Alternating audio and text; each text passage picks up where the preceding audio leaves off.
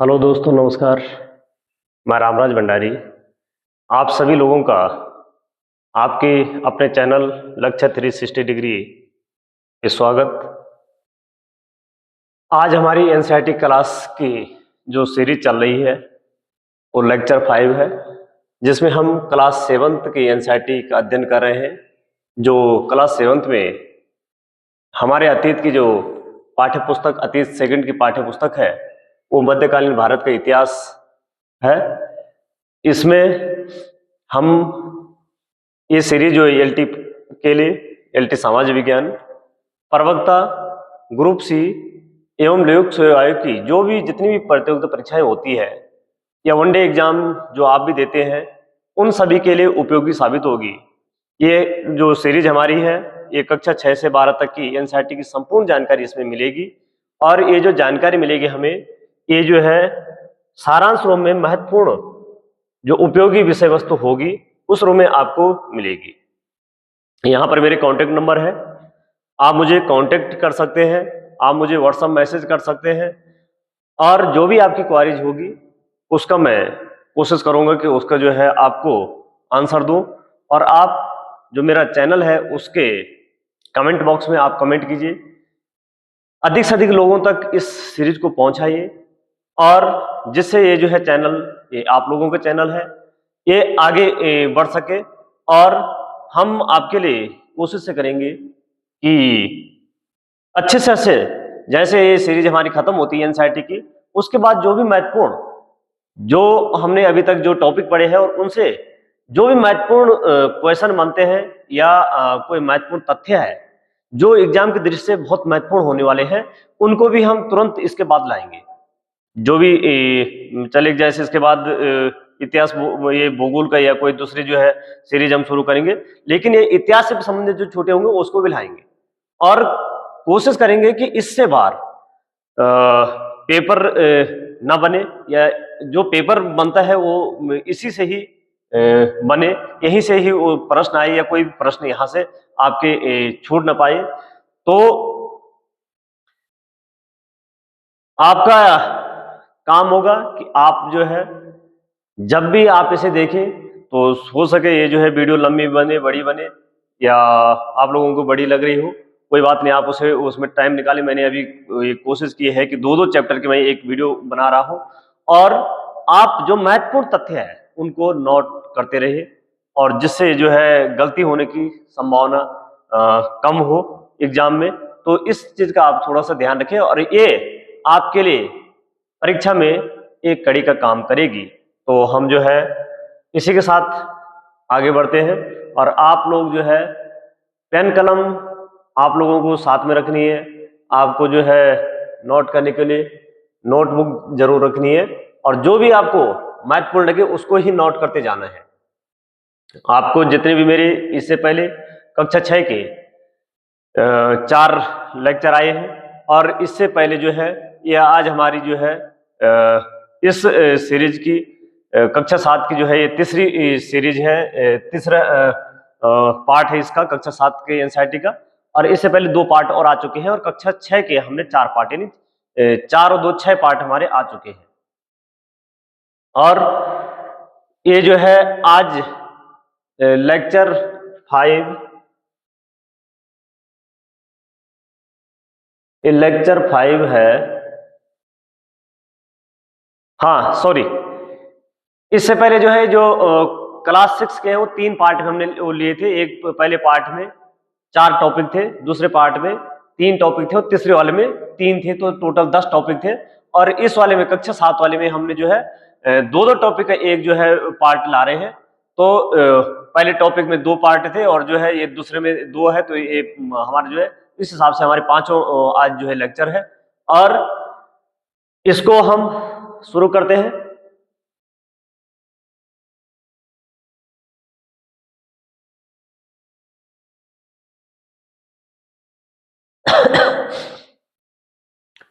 आज जो हमारा टॉपिक है, ये पहला टॉपिक तो है जनजातीय, खानाबदोश और एक जगह पर बसे हुए समुदाय। हम उन समुदाय के बारे में पढ़ेंगे जो जनजातीय है, जो खानाबदोश है, एक जगह से दूसरी जगह जाते रहते हैं, और एक जगह पे ही वो स्थिर नहीं रहते हैं, और कुछ समुदाय ऐसे वो देखेंगे जो एक ही जगह पे बसे हुए हैं। इस उपमहाद्वीप के बड़े हिस्से में समाज वर्ण के नियमानुसार पहले से ही विभाजित था। तो ये हमने पहले भी देखा, पहले के लेक्चर में भी देखा कि 4 वर्णों में विभाजित था, और दिल्ली के सुल्तानों और मुगलों के काल में श्रेणीबद्ध समाज ज्यादा जटिल हो गया। यहाँ पे जटिलता समाज में श्रेणी में तब बंट गए, ज्यादा जटिलता तब आई जब जो है दिल्ली में सुल्तान और मुगलों का काल था।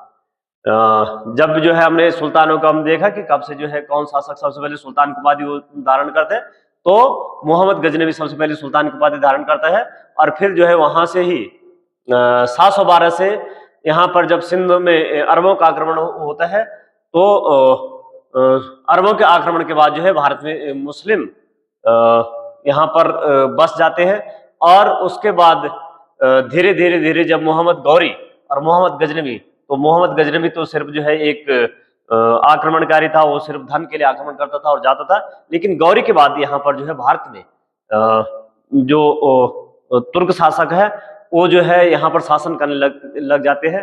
और तुर्क शासकों में सबसे पहले हमने देखा कि गुलाम वंश। तो यहाँ पर हम देखते हैं कि जनजातीय समाज ब्राह्मणों द्वारा सुझाए गए सामाजिक नियमों और कर्म कांडों को नहीं मानते थे। अब हम ये देख रहे हैं कि जो जनजातीय समाज है, ये समाज इन जनजातीय, तो आप लोगों को ध्यान ये रखने की जनजातीय समाज क्या ब्राह्मणों द्वारा सुझाए गए सामाजिक नियम और कर्म कांडों को मानते थे? ये इनको नहीं मानते थे। ये इनके अपने नियम कानून थे, अपने जो है कायदे कानून थे, और ये जो है कोई जो है कर्म कांडों पर विश्वास नहीं करते थे जो ब्राह्मणों द्वारा सुझाए गए थे।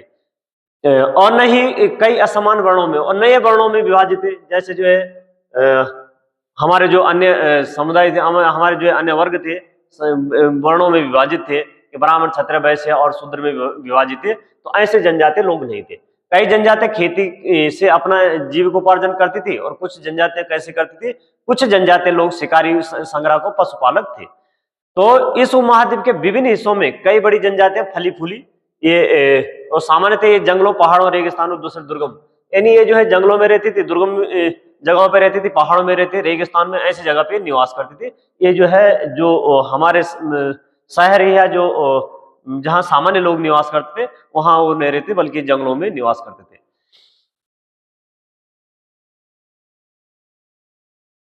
अब हम आप लोगों को ये ध्यान देना है कि हम जो है मध्यकालीन भारत के बारे में देख रहे हैं, मध्यकालीन भारत के इतिहास देख रहे हैं। तो उस समय की बात हो रही है।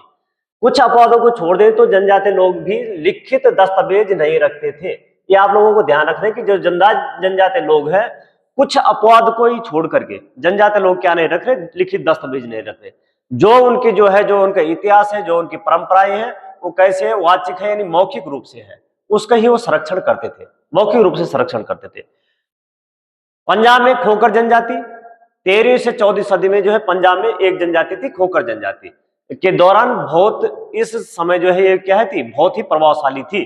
13वीं 14वीं सदी में पंजाब में खोकर जनजाति, बाद में यहाँ गखर लोग ज्यादा महत्वपूर्ण हो गए, और बाद में खोकर जनजाति की जगह पे यहाँ पे कौन लोग महत्वपूर्ण हो गए? गखर जनजाति लोग, जिनके मुखिया थे कमाल खान गखर। तो गखर जाति जो मुखिया, तो आप लोगों को जो है यदि क्वेश्चन इस प्रकार से बनते कि कमाल खान गखर या गखर जनजाति का मुखिया कौन था, तो कमाल खान गखर। बादशाह अकबर ने मनसबदार बनाया, और इसको बादशाह अकबर ने किस गखर जो है मुखिया को बादशाह अकबर ने जो है मनसबदार बनाया? तो कमाल खान गखर को। ये जो है गखर जनजाति से संबंधित था। सुल्तान और सिंध, मुल्तान और सिंध में मुगलों द्वारा अधीन कर लिए जाने से पहले लंगहा और अरगुन लोगों का प्रभुत्व अत्यंत विस्तृत क्षेत्र पर था। अब मुल्तान और सिंध वाले क्षेत्र में जब मुगलों ने इस पे अधीन करे इस क्षेत्र को, तो कर लिए जाने से पहले जो है यहाँ पे लंगा और अरगुन लोगों का प्रभुत्व था यहाँ पे बहुत बड़े क्षेत्र में। उत्तर पश्चिम में एक और विशाल एवं शक्तिशाली जनजाति थी बलोच, यानी बलोचिस्तान वाले क्षेत्र में, आज जो अफगानिस्तान में है, तो बलोच वाले क्षेत्र में, बलोचिस्तान वाले क्षेत्र में यहाँ पर बलोच जनजाति थी, जो कई अलग अलग मुखियाओं वाले कई छोटे छोटे कुलों में बंटी हुई थी। तो ये जो बलोच जनजाति थी, ये कुलों में बंटी हुई थी, जो अलग अलग मुखियाओं का कुल था। तो यहाँ पर उत्तर पश्चिम वाले क्षेत्र में बलोच जनजाति थी।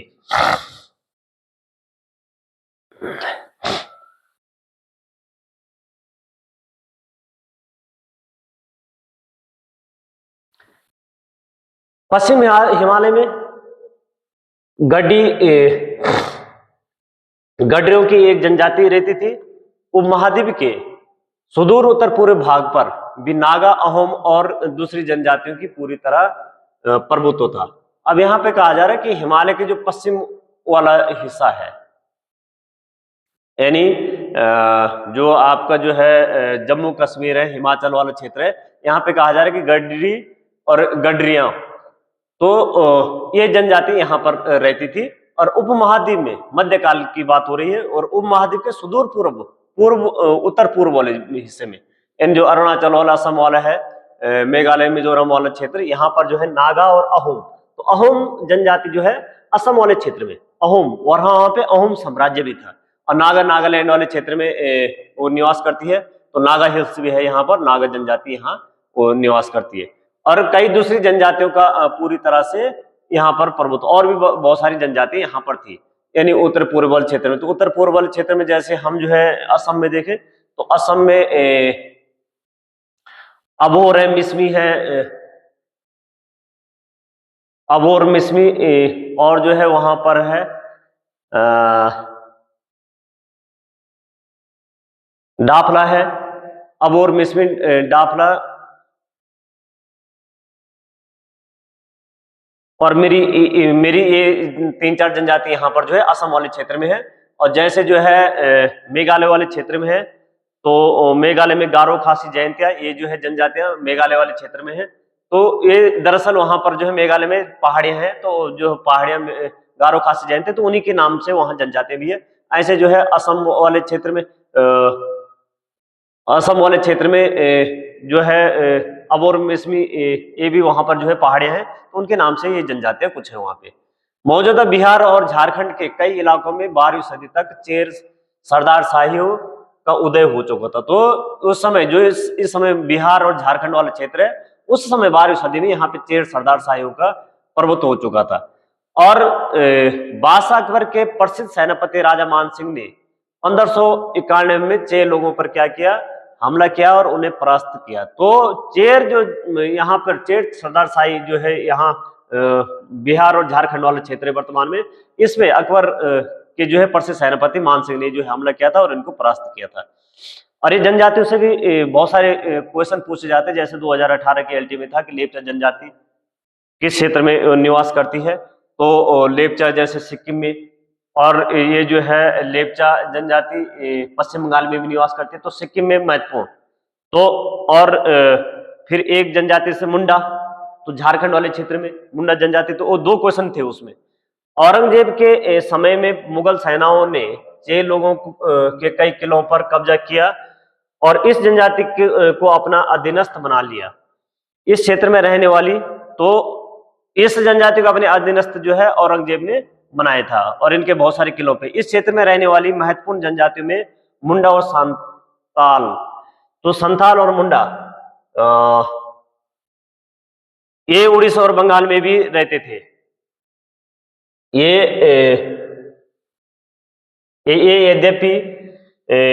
यद्यपि ये उड़ीसा और बंगाल में भी रहते थे। तो यहां पर कहा जा रहा है कि मुंडा, तो ये मुंडा जनजाति पूछा गया था।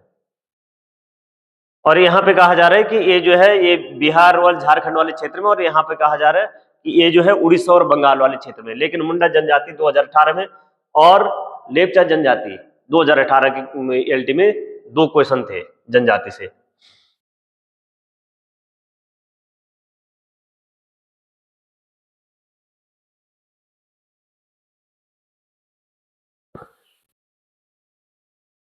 अब यहाँ पे कुछ जनजाति दे रखी है। जैसे कहा जा रहा था कि उत्तर पश्चिम वाले क्षेत्र में अरगुन जनजाति है, बलूच जनजाति बलूचिस्तान में, इधर गोखर गखर है, और इधर ही जो है गोखर जनजाति थी, खोखर जनजाति है।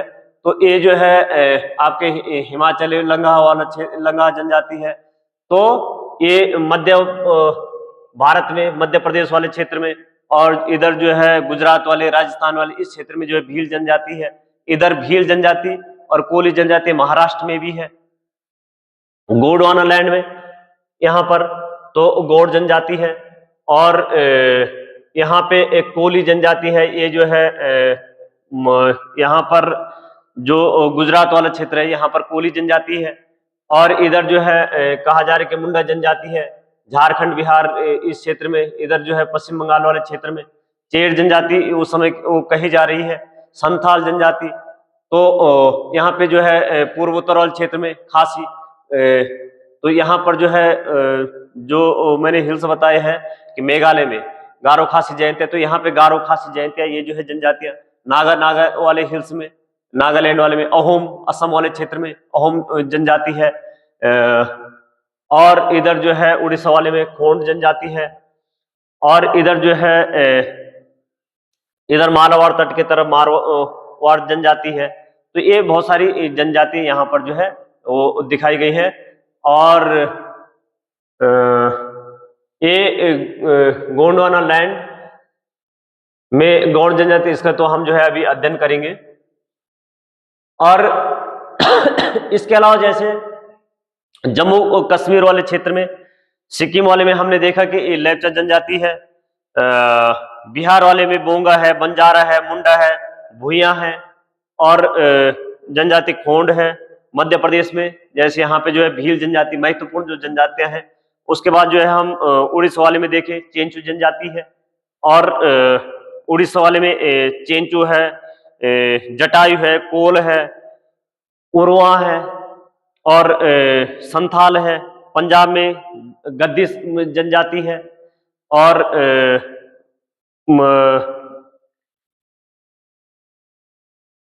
स्वांगला एक जनजाति है, स्वांगला, तो स्वांगला जनजाति भी पंजाब में है।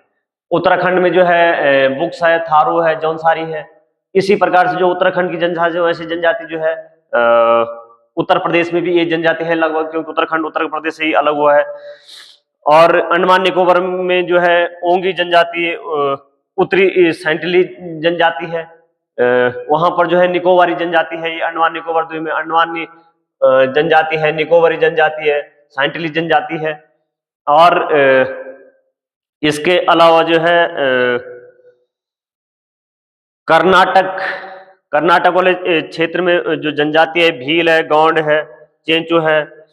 छत्तीसगढ़ में भील है, बोंगा है, सहरिया है, हलवा है, और जम्मू कश्मीर में गुर्जर है, और महाराष्ट्र में भील, गौंड, खोंड, कोल, मुंडा, उरवा, और पश्चिम बंगाल में मुंडा, ओरवा, भूमिज, संथाल, लेप्चा, बंजारा, भील, गौंड, और हिमाचल में है गद्दी है, जो बकरवाल है, हिमाचल प्रदेश में गद्दी है, और लांबा है, किन्नौरी है, बकरवाल है।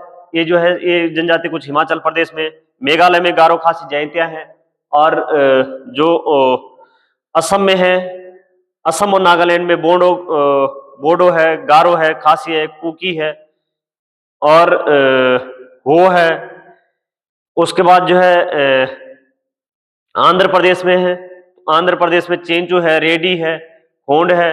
राजस्थान में मीणा है, भील है, ये कुछ जनजातियां, सहरिया है, कोली है, ये कुछ जनजातियां। और एक जो है जब हम जो है पिछले वाले लेक्चर जो है जो हमारा था, तो उसमें हम मोहम्मद बिन तुगलक के बारे में पढ़ रहे थे। तो मोहम्मद बिन तुगलक के बारे में हमने वो पढ़ा था कि मोहम्मद बिन तुगलक ने बर्नी को, जब मैं कह रहा था कि बर्नी से जब उन्होंने कहा कि मैं जनता के पेट दर्द का इलाज करता हूं तो कमर दर्द बताते हैं, कमर दर्द का तो घुटने दर्द बताते हैं। तो इस प्रकार जो है ये जनता का इलाज जो कहते हैं कि अब जो है मुश्किल है।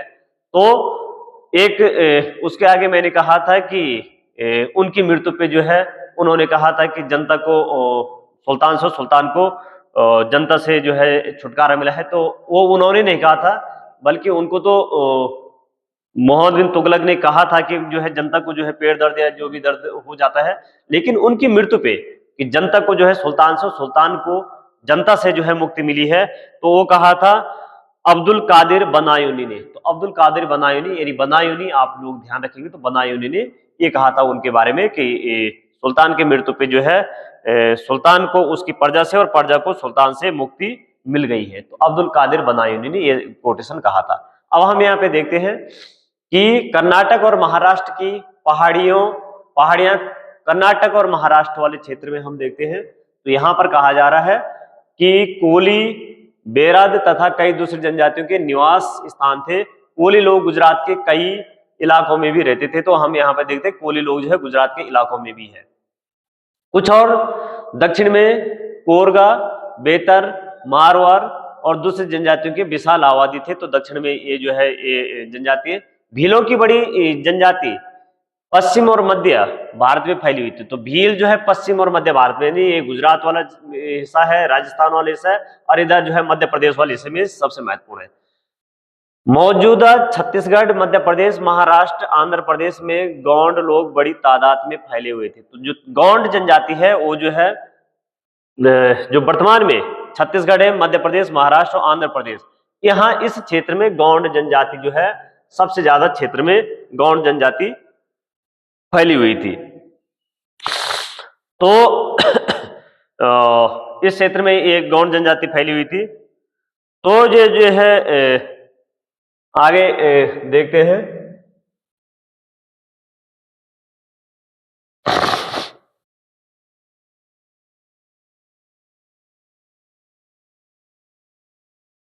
और वर्तमान में भी इन राज्यों में ये जनजातियां हैं।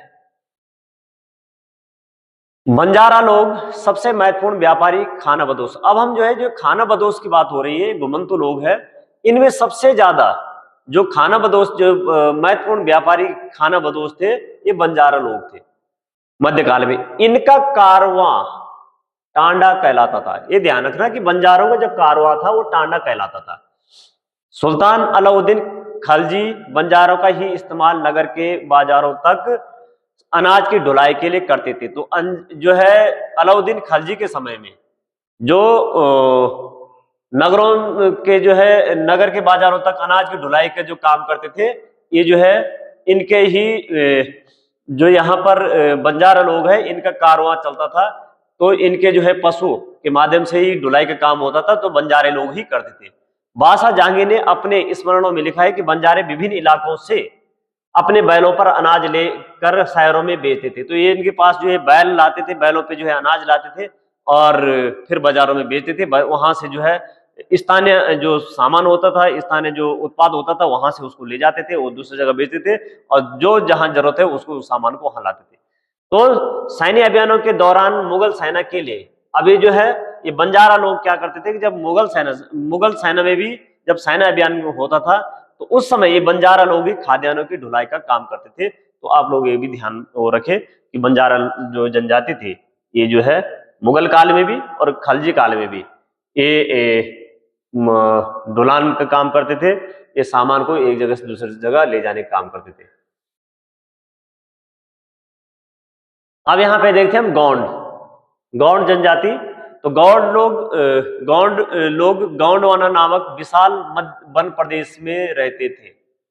ये जो गोंडवाना लैंड है ये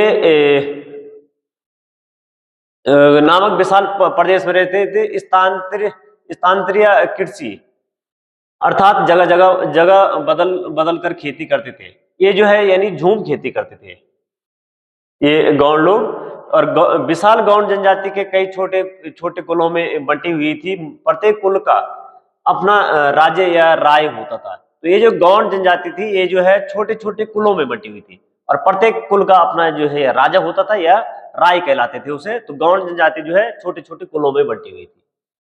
तो कौन सा जनजाति छोटे छोटे कुलों में बंटी हुई थी? गौंड जनजाति छोटे छोटे कुलों में।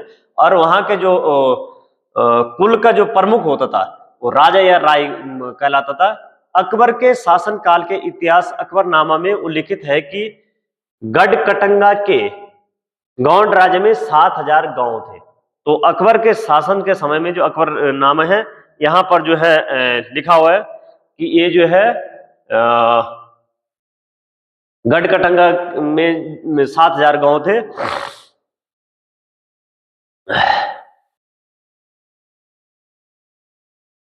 इन राज्यों की प्रशासनिक व्यवस्था केंद्रीकृत रही थी और जो इनकी प्रशासनिक व्यवस्था थी वो केंद्रीकृत थी। यानी ये छोटे छोटे कुलों में बंटे हुए थे। छोटे छोटे कुलों के अलग अलग राय थे, राजा थे, लेकिन जो प्रशासनिक व्यवस्था थी वो केंद्रीकृत थी, सेंट्रलाइज थी।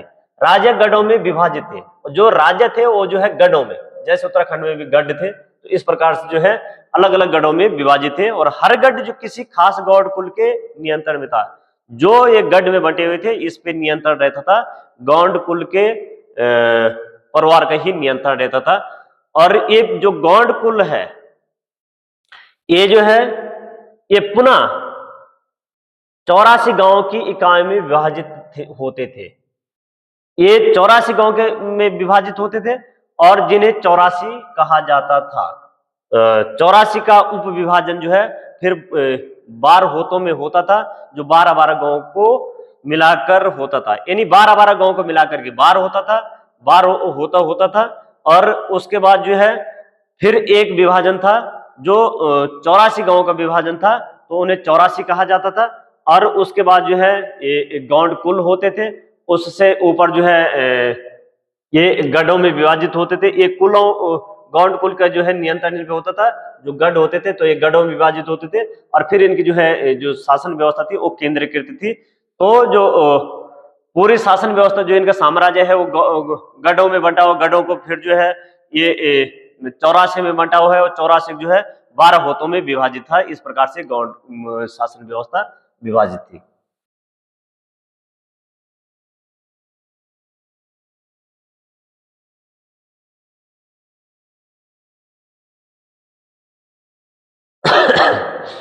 गढ़कटंगा के गौंड राजा अमनदास ने संग्राम शाह की उपाधि धारण की।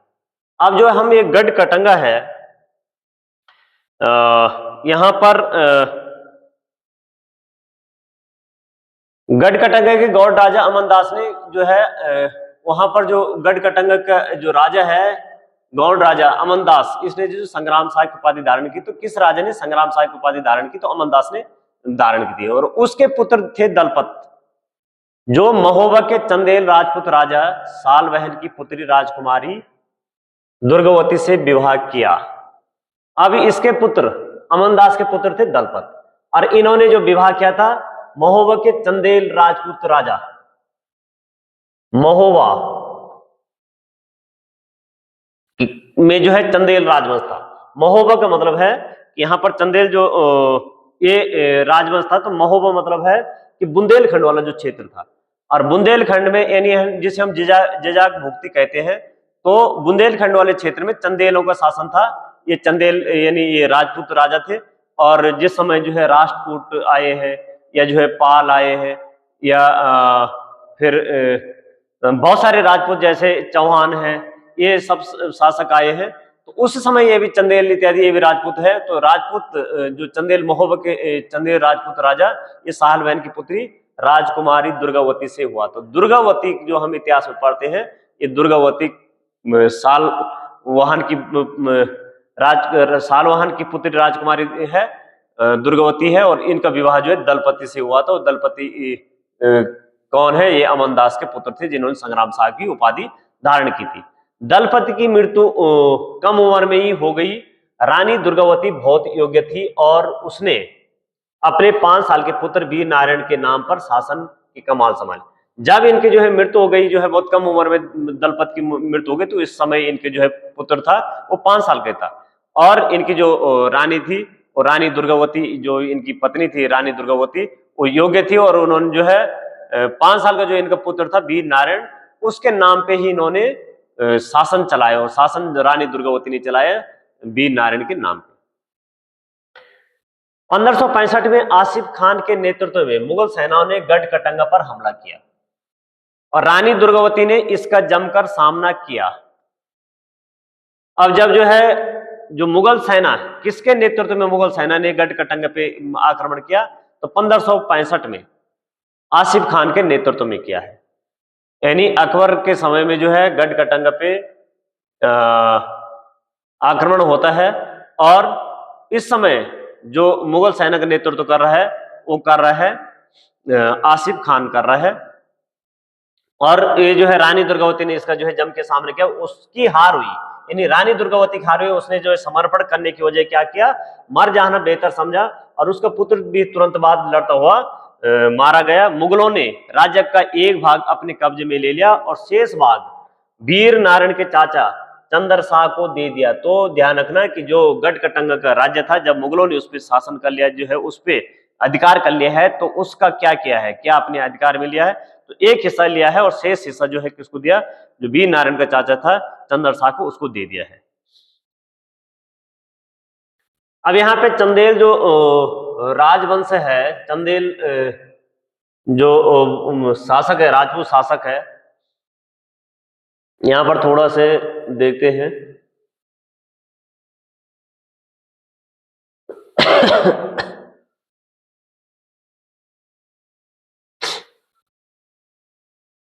थोड़ा समझने की कोशिश करते हैं। जो चंदेल वाला क्षेत्र है, चंदेल वाला क्षेत्र, तो चंदेल जो गोंडवाना लैंड वाला क्षेत्र है, गौंड बुंदेलखंड वाला क्षेत्र, सॉरी, तो बुंदेलखंड वाला क्षेत्र और बुंदेलखंड वाला क्षेत्र जो मैंने कहा कि जैजाग भुगती है, और यहाँ पर जो है कन्नौज है, और कन्नौज के लिए ही त्रिपक्षीय संघर्ष होता है, जिसमें यहाँ से राष्ट्रकूट आते हैं दक्षिण भारत से, कर्नाटक महाराष्ट्र वाले क्षेत्र से, इधर से पाल आते हैं बंगाल वाले क्षेत्र से, और यहाँ पर जो है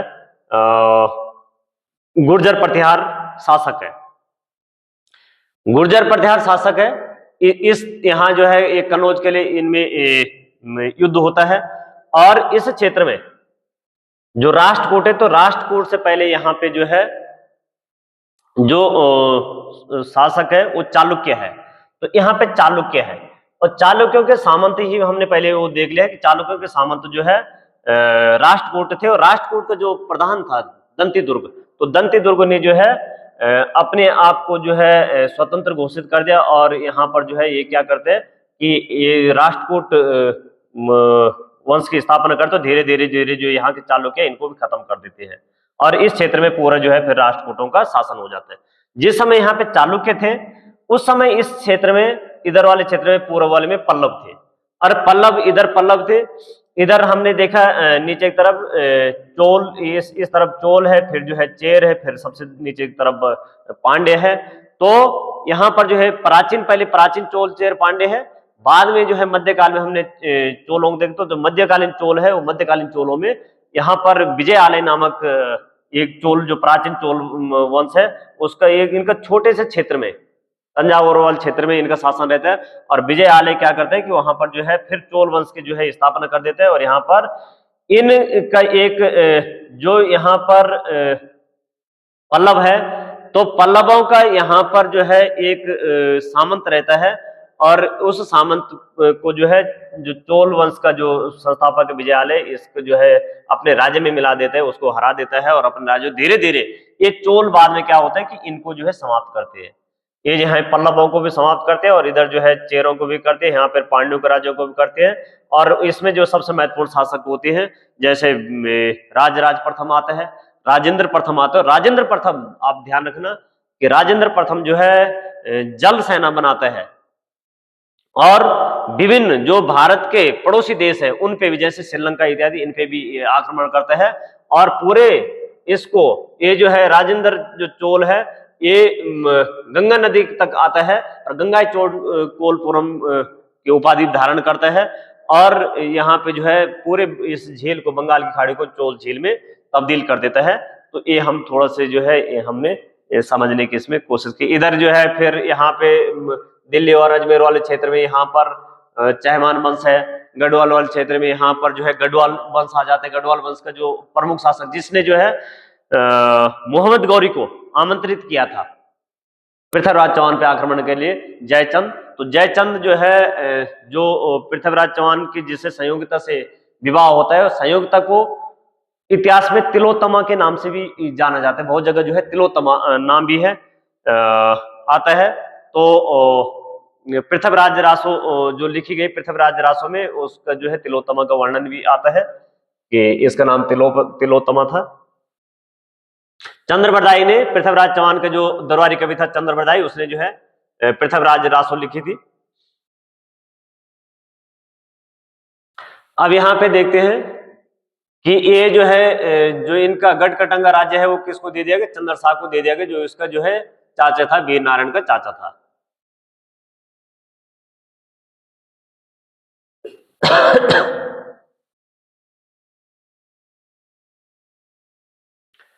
अब अहोम राज्य, अहोम लोग, अहोम लोग मौजूदा म्यांमार से आकर 13वीं सदी में ब्रह्मपुत्र घाटी में आ बसे।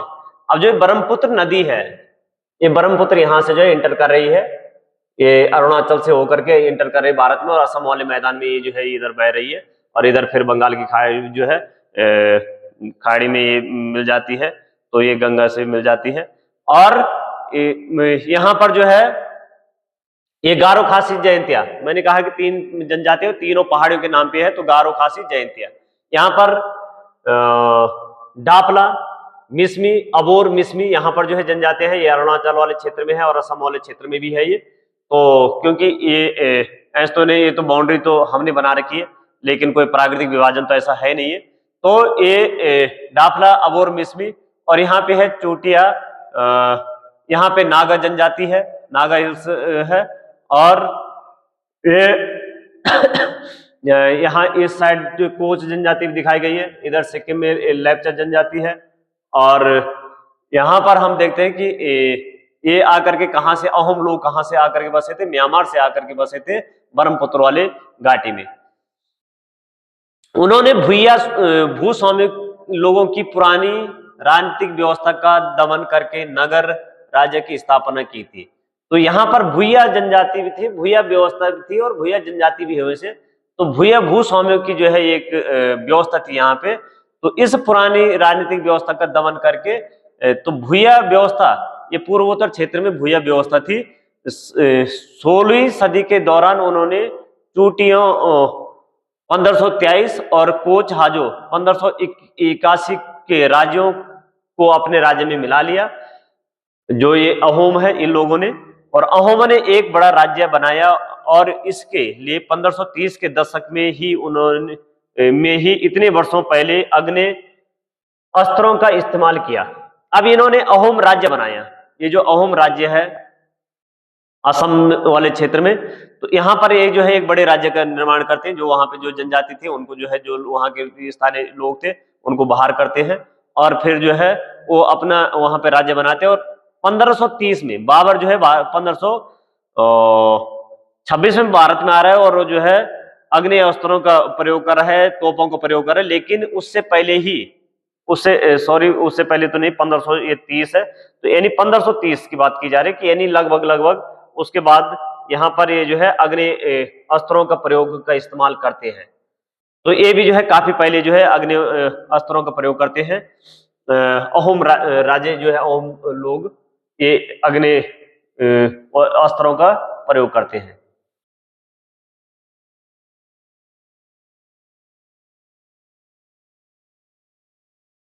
1660 तक आते हुए उच्च स्तरीय बारूद और तोपों का निर्माण करने में सक्षम हो गए। 1660 तक इन्होंने जो है उच्च स्तरीय बारूद और तोपों का निर्माण कर दिया।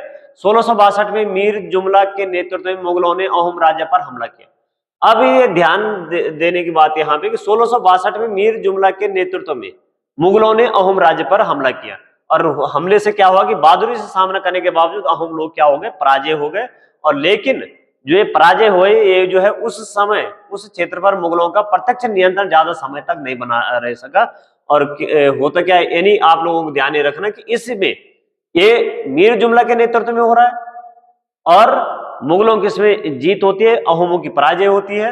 अहोम राजा बेगार पर निर्भर था। अब अहोम जो राजा था, यहाँ की जो व्यवस्था थी वो बेगार पे निर्भर थी। और बेगार के लिए ये क्या था कि राज्य के लिए जिन लोगों से जबरन काम लिया जाता था उन्हें पाइक कहलाते थे। तो ये पाइक क्या है, तो पाइक जो है वहां पर जो बेगार व्यवस्था थी, जिन लोगों से जबरदस्ती बेगार लिया जाता था उन लोगों को पाइक कहा जाता था।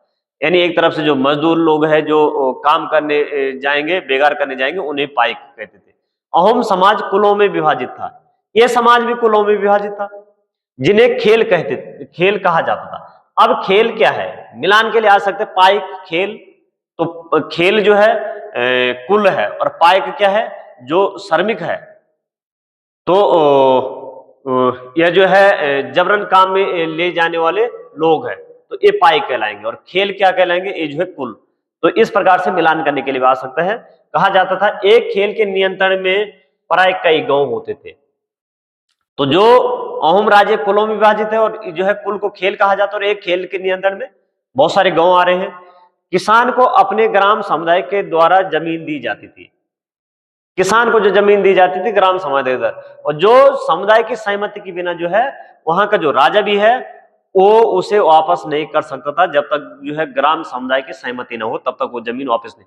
शिव सिंह एक 1714 से 44 के समय में हिंदू धर्म वहां का प्रधान धर्म बनाया गया। तो शिव सिंह जो है वहां पर, इस शिव सिंह के काल में जब शिव सिंह वहां के जो है शासक हुए अहोम राज्य के, तो ये 1714 से 44 तक जब शासक रहे वहां के अहोम राज्य के, तो उस समय हिंदू धर्म वहां का प्रधान धर्म बन गया।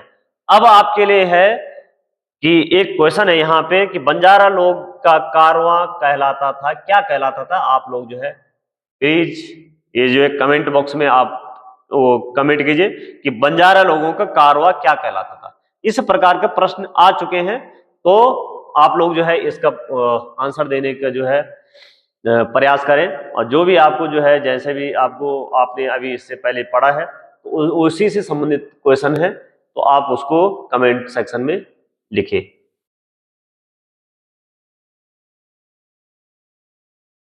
अब यहां पे है ईश्वर से अनुराग, परमेश्वर का विचार, यानी लोगों के जो मन में परमेश्वर का विचार आ रहा है, ईश्वर से जो है लगाव की बात आ रही है, अनुराग की बात आ रही है, ईश्वर से जुड़ाव की बात आ रही है। तो ईश्वर से जो अनुराग यानी भक्ति की बात हो रही है, यहाँ पे भक्ति काल की बात हो रही है। तो हम इसमें अब भक्ति काल के बारे में थोड़ा सा देखेंगे।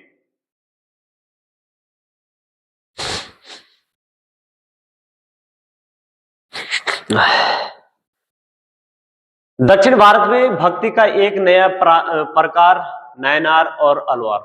भक्ति काल में जो है हम जैसे मीरा के बारे में, तुलसी के बारे में, कबीर के बारे में, इन लोगों के बारे में पढ़ते हैं। तो यहां पर हम सबसे पहले देखते हैं दक्षिण भारत में भक्ति का नया प्रकार एक हमें देखने को मिलता है, और वो प्रकार क्या है? नयनार और अलवार। नयनार संत और अलवार संत, यानी दो संप्रदाय वहां पे हम देखते हैं, नयनार और अलवार।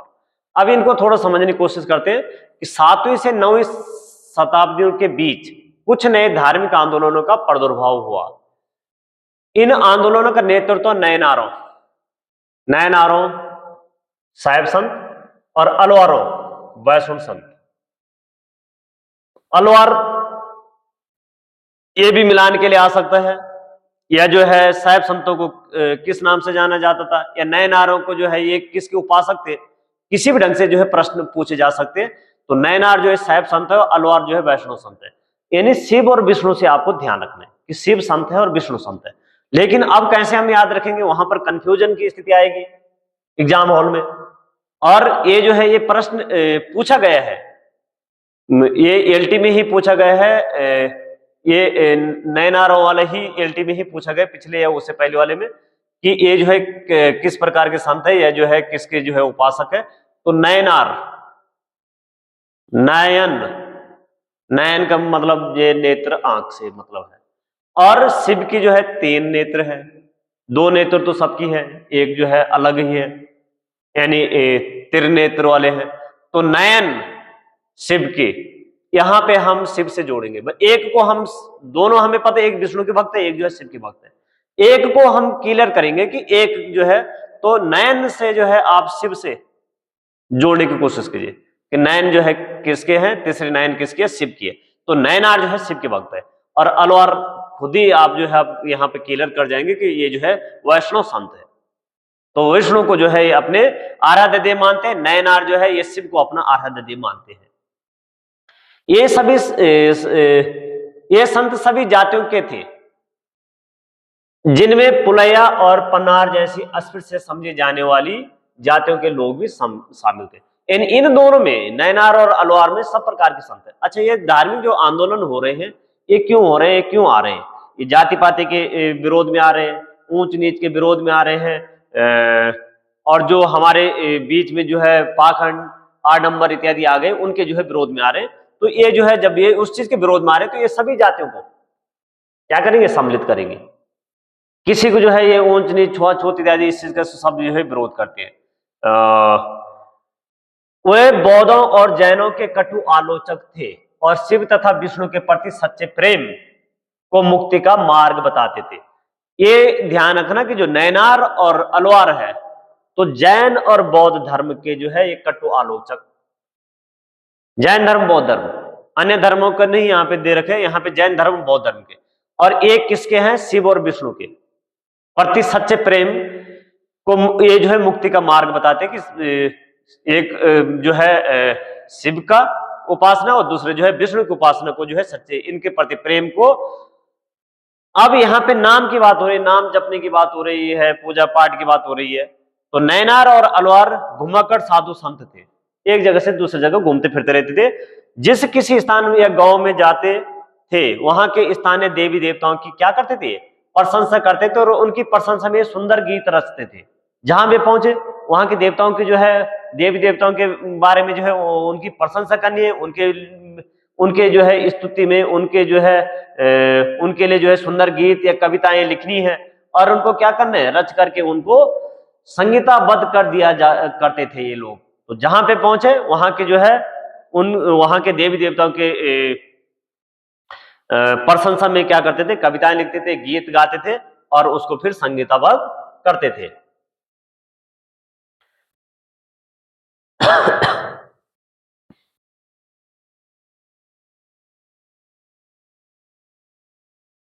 कुल मिलाकर 63 नैनार ऐसे थे जो कुम्हार, यहां पे कहा जा रहा है कि 63 नैनार ऐसे थे जो कैसे थे, कुम्हार थे, अस्पृश्य थे, कामगार थे, किसान थे, शिकारी थे, सैनिक थे, ब्राह्मण और मुख्य जैसे अनेक जातियों के में पैदा हुए थे।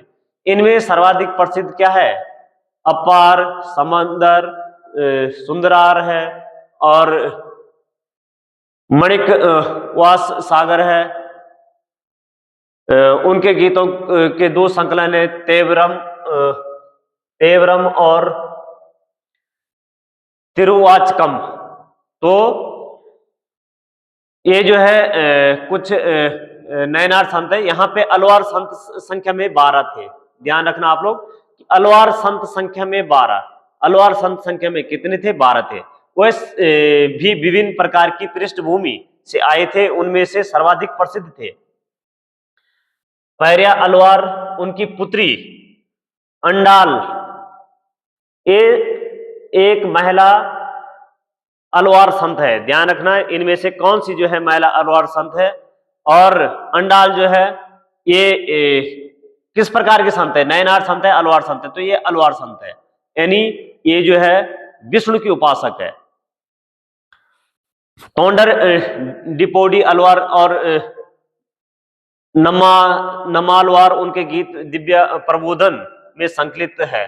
तो यहाँ पर जो है ये कुछ जो है अलवार संतों की बात वो की गई और ये जो है इनकी संख्या यहाँ पे बताई गई कि 12 है और इनमें जो है एक महिला संत की बात की गई है।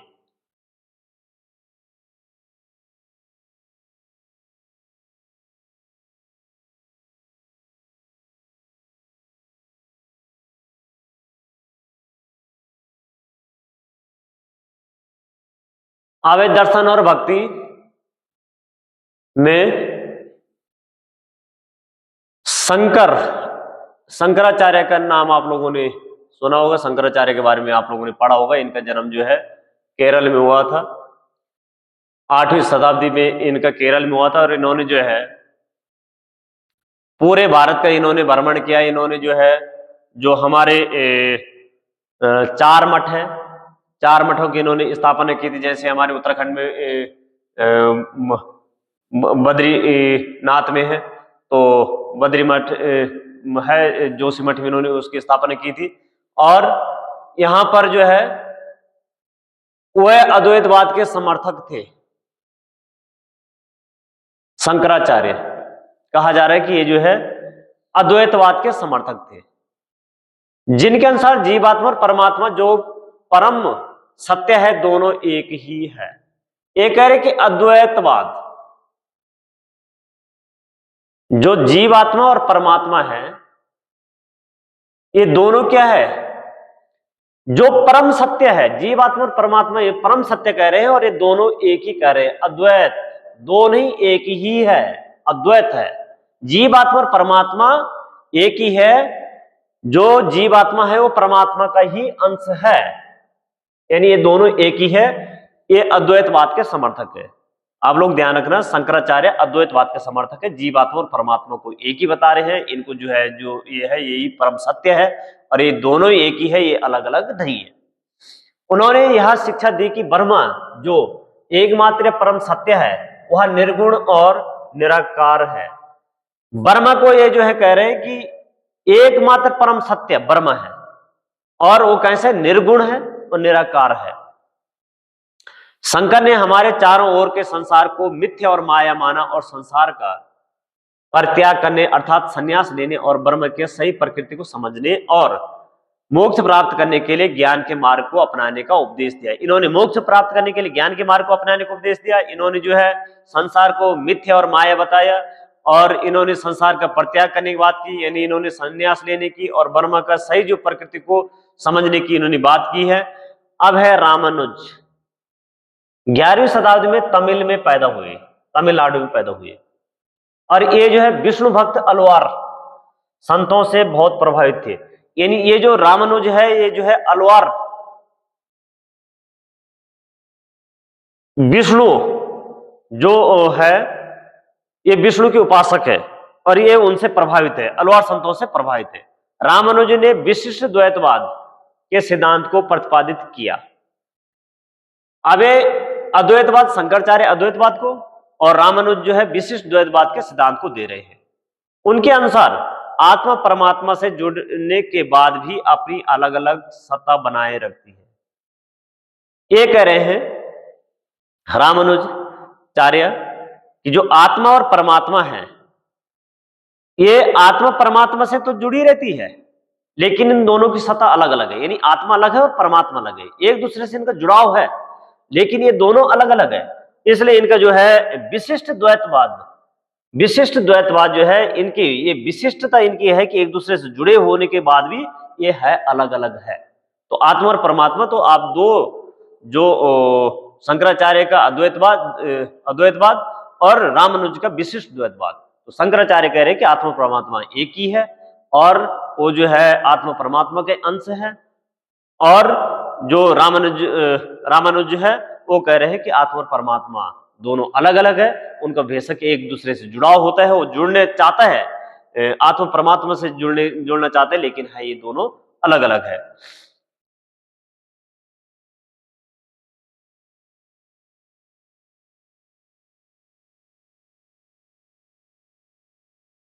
तो ये प्रश्न पूछा जाता है और मिलान के लिए बात है कि द्वैतवाद अद्वैतवाद एक किसके है। रामानुज के सिद्धांत ने भक्ति की नई धारा को बहुत प्रेरित किया जो परवर्ती काल में उत्तरी भारत में विकसित हुई। उसके बाद इन्हीं का ही जो भक्ति का जो है सिद्धांत है वो उत्तरी भारत में भी इन्हीं का ही आया है। बेशक वो जो है और लाए रामानंद ने भारत में लाया है लेकिन इनका ही जो भक्ति वाली धारा है वही उत्तरी भारत में। अब एक यहाँ पे बसवना का वीर शैववाद, तमिल भक्ति आंदोलन और मंदिर पूजा के बीच संबंध के परिणाम स्वरूप जो प्रतिक्रिया हुई वह वसवना और अलमा प्रभु और अकमहा देवी जैसे उसके साथियों द्वारा प्रारंभ किए गए वीर शैववाद आंदोलन में स्पष्टता दिखाई देते हैं। यानी जो वीर शैववाद है ये आंदोलन ये जो है जो तमिलनाडु में मूर्ति पूजा और मंदिर पूजा इत्यादि जो वहां पर प्रचलन हुआ और यहाँ की इसके जो है इसकी प्रतिक्रिया से क्या हुआ, यहाँ पर वसवना और अलमा प्रभु और अकमा महादेवी जैसे उनके साथियों के द्वारा क्या किया गया है, इन लोगों के द्वारा वसवना अलमा प्रभु और अकमा देवी के द्वारा जो है वीर शैववाद आंदोलन को प्रारंभ किया गया है। तो यह आंदोलन 12वीं शताब्दी के मध्य में कर्नाटक में प्रारंभ हुआ और ये आंदोलन जो है वीर शैववाद जो आंदोलन हुआ ये कर्नाटक वाले क्षेत्र में 12वीं सदी में प्रारंभ हुआ। वीर शैववादियों ने सभी व्यक्तियों की समानता के पक्ष में थे और जाति तथा नारी के प्रति व्यवहार के बारे में वह ब्राह्मणवादी विचारधारा के विरुद्ध अपने प्रबल तर्क प्रस्तुत किया उन्होंने किए। तो ये जो है ये सभी लोगों के समानता के पक्ष धारक है और ये क्या करें, ये जाति तथा नारी के प्रति जो है व्यवहार के बारे में ये ब्राह्मणवादी जो विचारधारा थी उसके विरोध के प्रबल समर्थक है। इसके अलावा सभी प्रकार के कर्म कांड और मूर्ति पूजा के विरोधी है। तो ये वीर शैववाद जो है ये कर्म कांडों के विरोधी है, मूर्ति पूजा के विरोधी है, समानता के पक्षधर है, ये जो है नारियों को और जो जाति व्यवस्था है ये ब्राह्मणवाद के यानी ये विरोधी है।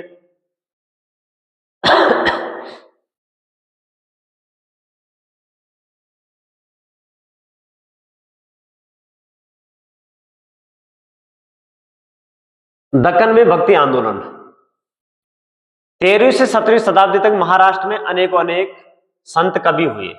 अभी हम 13वीं 17वीं के बीच में महाराष्ट्र में हम देख रहे हैं कि दक्कन भारत के ही देख रहे हैं, यहाँ पर बहुत सारे संत हुए हैं। इन संतों में सबसे महत्वपूर्ण थे ज्ञानेश्वर। तो ध्यान रखना ज्ञानेश्वर कहाँ का क्षेत्र कहाँ है, तो महाराष्ट्र वाला क्षेत्र है। नामदेव, एकनाथ, तुकाराम तथा सखुबाई जैसी स्त्रियां। तो ये नामदेव, एकनाथ और ये जो है ज्ञानेश्वर भक्ति की क्षेत्रीय परंपरा पंढरपुर में विठल विष्णु का रूप और जनमन के हृदय में विराजमान व्यक्तिगत देव ईश्वर संबंधी विचारधारा पर केंद्रित थी। अभी जो है ये महाराष्ट्र वाले जो क्षेत्र में शुरू हो रहा है एक आंदोलन, ये भक्ति आंदोलन। तो यहाँ पर ये क्या है कि विठल, और विठल जो है ये विष्णु का रूप, विठल कह रहे हैं कि विष्णु का रूप, तो विठल के रूप में विष्णु जो है पूजा करे विठल के रूप में, विठल स्वामी के रूप में। और इसके जो है जो मानने वाले लोग हैं वो है नामदेव, एकनाथ, तुकाराम, ज्ञानेश्वर, ये इसके जो है संस्थापकों में भी है और ये जो है इसको मानने वाले लोगों में भी है। तो इनमें जो लोगों के मन में जो है ईश्वर के प्रति ये व्यक्तिगत देव ईश्वर की संबंधी विचार जो है ये धारणा विकसित होती। इन संत कवियों ने सभी प्रकार के कर्म कांडों, पवित्रता के ढोंगों और जन्म पर आधारित सामाजिक अंतरों का विरोध किया। और ये क्या करे, यहां तक कि उन्होंने संन्यास के विचार को भी ठुकरा दिया। और सुप्रसिद्ध गुजराती संत नारसिंह मेहता ने कहा कि वैष्णव जन तो तेने कहे पीर पराए जाने रे। तो यहाँ पर जो है ये कोटेशन भी आ सकता है। तो ये जो नारसिंह मेहता है ये गुजराती संत है, ये क्या करे कि वैष्णव जन तो उनको कहे जो दूसरे की जो पराये की पीड़ा को जानते हैं।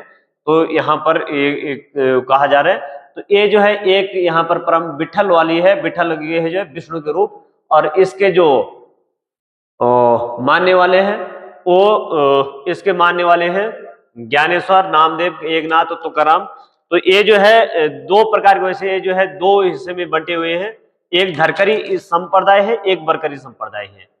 तो जो बरकरी संप्रदाय है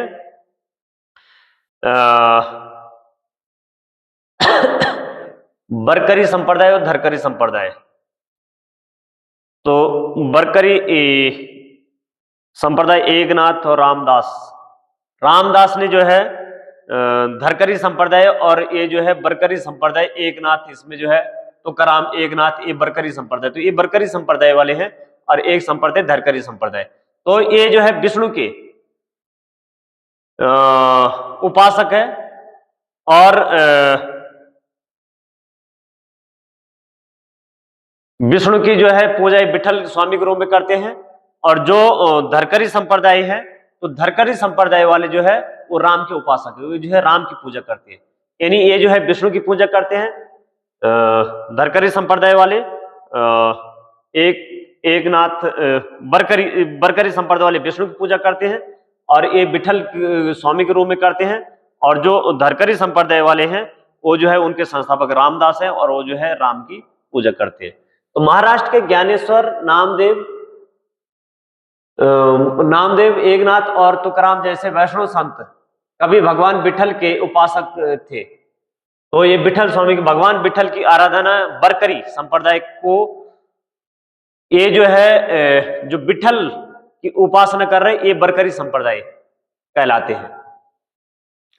तो ये बरकरी को जन्म दिया जो पंढरपुर की वार्षिक तीर्थ यात्रा पर जोर देते हैं। विठल संप्रदाय का भक्ति शक्तिशाली उपादान के रूप में उदय हुआ तथा लोगों में काफी लोकप्रिय हुआ। तो ये जो है बरकरी संप्रदाय वाले हैं।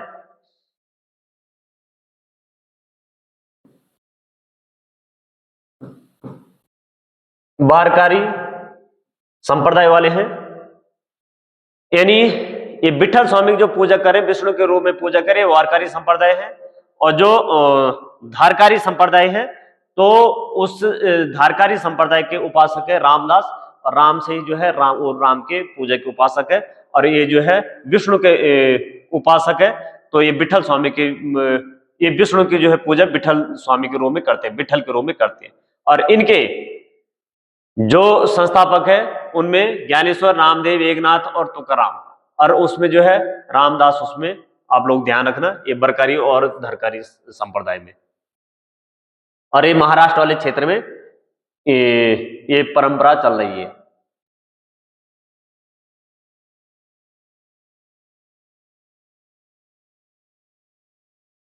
अब है नाथपंथी सिद्ध और योगी। नाथपंथी सिद्ध और योगी जन ने संसार का परित्याग करने का समर्थन किया। तो ये जो है ये कर रहे हैं कि संसार का परित्याग कर देना चाहिए। नाथपंथी है, सिद्ध है, योगी है, तो उनके विचार में निराकार परम सत्य का चिंतन मनन और उनके साथ एक हो जाने की अनुभूति ही मोक्ष का मार्ग है। ये मोक्ष का मार्ग ये बता रहे हैं कि मोक्ष का मार्ग वो है कि निराकार परम सत्य का चिंतन मनन करना और उसके साथ एकाएक हो जाने, यानी कि उसकी अनुभूति हो जानी, यही मोक्ष का मार्ग है। इसके लिए उन्होंने योगासन, ये जो नाथपंथी सिद्ध और योगी है, ये जो है ईश्वर की प्राप्ति, मोक्ष की प्राप्ति के लिए, ईश्वर से एकीकरण के लिए योगासन को, प्राणायाम को, चिंतन मनन जैसे क्रियाओं के माध्यम से मन और शरीर को कठोर प्रशिक्षण देने की आवश्यकता पर बल देते हैं, दिया है इन्होंने। उनके द्वारा की गई रूढ़िवादी धर्म की आलोचना, भक्ति मार्ग धर्म के लिए आधार तैयार किया, जो आगे चलकर उत्तरी भारत में लोकप्रिय शक्ति बना। तो इन्होंने जो है जो रूढ़िवादी हमारी विचारधारा है उसका इन्होंने, रूढ़िवादी धर्म है, कर्म कांड इत्यादि, उसकी जो है इन्होंने वो जो है आलोचना की। और ये योगासन और प्राणायाम और चिंतन मनन का जो है इस पे बल देते हैं, और इसी से जो है ये कहते हैं कि इसी से हम ईश्वर से वो मिल सकते हैं और फिर जो है उसे मोक्ष की प्राप्ति हो सकती है। तो उनके द्वारा जो है रूढ़िवादी धर्म की आलोचना की गई, उससे जो है भक्ति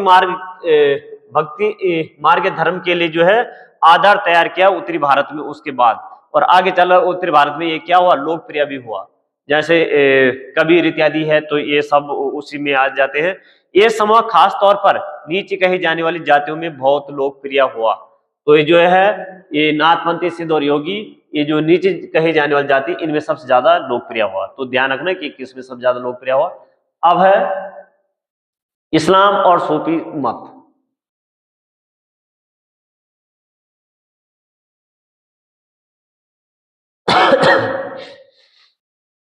इस्लाम का आगमन जो है कैसे हुआ, तो इस्लाम का आगमन हमने देखा जो व्यापारी आए थे और प्रवासी आए थे, उन्होंने उनके साथ जो है इस्लाम धर्म भारत में आया था। और सूफी जो है सफा शब्द से सूफी शब्द निकला है। सूफी का मतलब पवित्र, और यह जो है सूफी का जो तात्पर्य है, सूफी पवित्र भी है, और सूफी सफा ऊन से भी इसका तात्पर्य है, ऊन, इसका अर्थ ऊन भी है। तो सूफी जो है सफा या ऊन से जो है वो लिया गया है शब्द।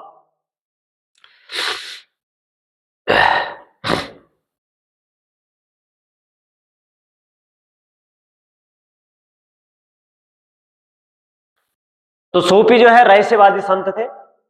ये रहस्यवादी, ये भी जो है जो आडंबर है और जो है कर्म कांड है, इसका जो है बाहरी आडंबर इत्यादि को जो है विरोध करते, जो जो धर्म में बाहरी आडंबर इत्यादि आ गए हैं, तो इन चीजों के जो है इसको जो है अस्वीकार करते हैं। और ईश्वर के प्रति ये जो है प्रेम और भक्ति, ये प्रेम और भक्ति की जो है अवधारणा तथा सभी मनुष्य के प्रति दया भाव रखने पर ये जो है बल देते हैं। इस्लाम ने एक ईश्वर, यानी इस्लाम में एक ईश्वर है, जैसे जो है हमारे धर्म में बहुत देववाद की है ये, तो इस्लाम में एक ईश्वर यानी एक ही अल्लाह के प्रति है जो पूर्ण समर्पण का दृढ़ता से प्रचार किया इन्होंने। और 8वीं और 9वीं सदी में धार्मिक विद्वानों ने पवित्र कानून जो शरिया है और इस्लामिक धर्मशास्त्र के विभिन्न पहलुओं को विकसित किया। तो सूफी लोगों ने मुस्लिम धार्मिक विद्वानों द्वारा निर्धारित विशद कर्मकांड और आचार संहिता को बहुत कुछ अस्वीकार किया। जो वहां के जो धार्मिक लोग हैं, धार्मिक विद्वान है, उन्होंने जो कर्मकांड और जो है आचार संहिता विकसित की थी, उसको जो है लोग क्या करते हैं, अस्वीकार करते हैं। वो ईश्वर के साथ ठीक उसी प्रकार जुड़े रहना चाहते हैं जिस प्रकार एक प्रेमिका से जुड़ा रहना चाहते हैं। वो दुनिया की परवाह के बिना जो है अपनी प्रियतमा के साथ जुड़ा रहना चाहते हैं। इसी प्रकार ये जो है ईश्वर के साथ, यानी ये जो ईश्वर से प्रेम करने की बात करते हैं। और संत कवियों की तरह जो है सूफी लोग भी अपनी भावनाओं को व्यक्त करने के लिए क्या करते हैं, काव्य रचना करते हैं। संगीत,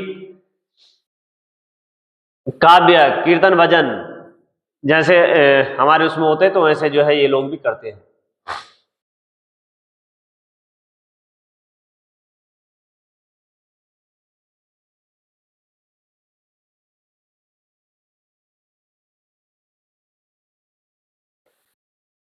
नाथपंथियों, सिद्धों और योगियों की तरह सूफी भी यही मानते थे कि दुनिया के प्रति अलग नजरिया अपनाने के लिए दिल को क्या किया जा सकता है, पढ़ाया और लिखाया, सिखाया और पढ़ाया जा सकता है। तो ये लोग जो है नाथपंथी और जो सिद्ध और योगी है, इनकी तरह सूफी भी इन्हीं की तरह क्या मानते हैं कि दुनिया के प्रति अलग नजरिया अपनाने के लिए दिल को सिखाया और पढ़ाया जा सकता है। उन्होंने किसी औलिया या पीर की रेख देख में जिक्र, यानी जिक्र का मतलब है नाम जपना, चिंतन, सामा मतलब गाना,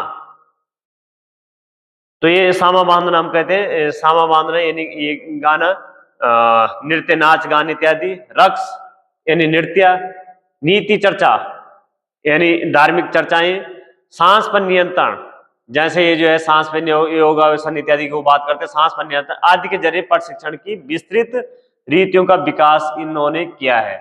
तो उन्होंने भी जो है ओलंपिक पीर मजार को देख रेख में ये सब चीजें की है। अब कश्मीर में हम देखते हैं, कश्मीर 15वीं एवं 16वीं सदी में सूफीवाद के ऋषि पंथ का उदय हुआ। तो ऋषि पंथ का उदय कश्मीर में होते 15वीं-16वीं शताब्दी में। इस पंथ की स्थापना शेख निरुद्दीन वली, जिन्हें नंद ऋषि के नाम से भी जाना जाता है, ने की थी, और जिसने कश्मीर के लोगों के जीवन पर गहरा प्रभाव डाला है। ऋषि संतों को समर्पित कई स्मारक कश्मीर के कई भागों में पाए जाते हैं। तो यहाँ पर जो है, जो कश्मीर में सूफीवाद का जो प्रारंभ हुआ है, ये 15-16 सदी में हुआ है, और ये जो है ऋषि पंथ का उदय यहाँ पे हुआ था इस समय, और इस पंथ की स्थापना शेख निरुद्दीन वली, जिन्हें जो है नंद ऋषि के नाम से जाना जाता है।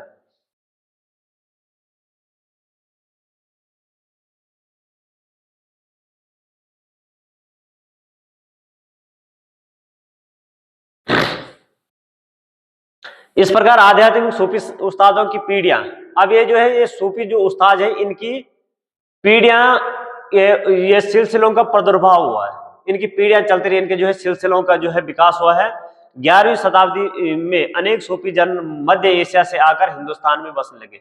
ये जो सूफी जन है मध्य एशिया से आए हैं और हिंदुस्तान में बसने लगे। चिश्ती सिलसिला इन सभी सिलसिलों में सबसे अधिक प्रभावशाली था। जो जितने भी सूफी सिलसिले हैं, इन सिलसिलों में सबसे ज्यादा जो प्रभावशाली था वो चिश्ती सिलसिला था।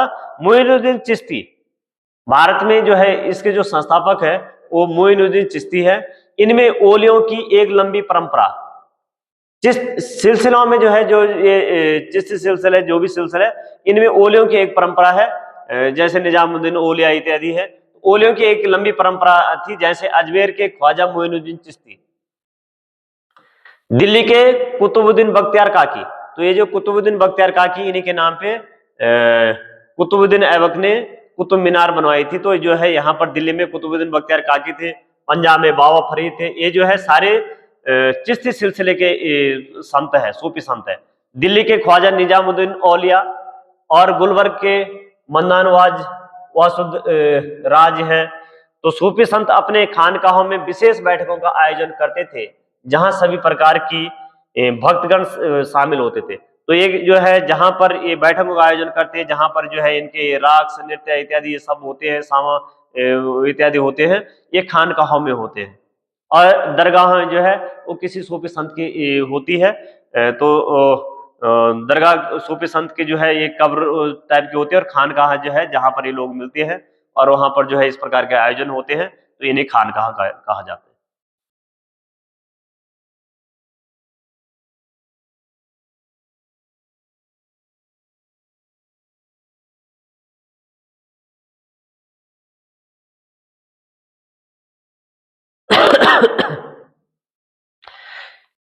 अब जो है कुछ और भी सूफी सिलसिले हैं, जैसे हमने चिश्ती सिलसिला देखा, उसी प्रकार जो है एक है मदारिया सिलसिला।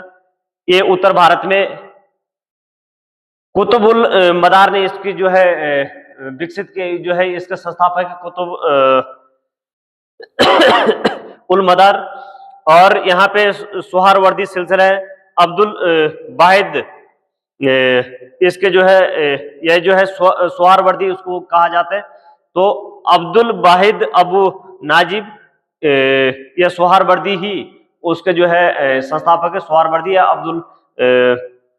अब्दुल वाहिद अबू नाजिर है। यह नक्शबंदी सिलसिला है। तो नक्शबंदी सिलसिला जो शुरू किया था वो अल बकी बिल्हा, ख्वाजा मोहम्मद अल बकी बिल्हा, ये जो है इन्होंने वो शुरू किया था। तो इससे जो है औरंगजेब भी जो है नक्शबंदी सिलसिले से जुड़े हुए थे। और कादरिया है, अब्दुल कादिर जलाली। तो ये कादरिया संप्रदाय दक्षिण भारत में चला था। तो अब्दुल कादिर जलाली यही उसके जो है संस्थापक है। और जैसे फिरदौसी सिलसिला, तो ये भारत में जो है ये विकसित नहीं हुआ था, फिरदौसी सिलसिला। और सूफी संत का मतलब जो है पवित्र या शुद्धता है से है या ऊन से है, सूफी सफा शब्द से निकला है। ख्वाजा मोइनुद्दीन चिश्ती ने भारत में चिश्ती सिलसिले की जो शुरुआत की थी। तो जो भारत में चिश्ती सिलसिले की शुरुआत हुई थी ये जो है ख्वाजा मोइनुद्दीन चिश्ती ने की थी। और चिश्ती संतों में हिंदू दर्शन का जो अद्वैतवाद है, तो ये जो है अद्वैतवाद में विश्वास रखते थे चिश्ती सिलसिले के संत। और भारत में जो कादरी सिलसिले की शुरुआत हुई थी वो सैयद मोहम्मद गिलानी ने की थी।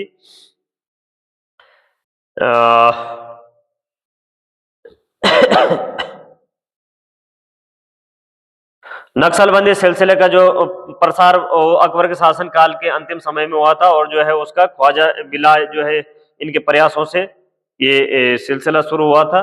और जो है औरंगजेब, जैसे हमने देखा कि औरंगजेब भी जो है नक्सली सिलसिले से ये जुड़ा हुआ था।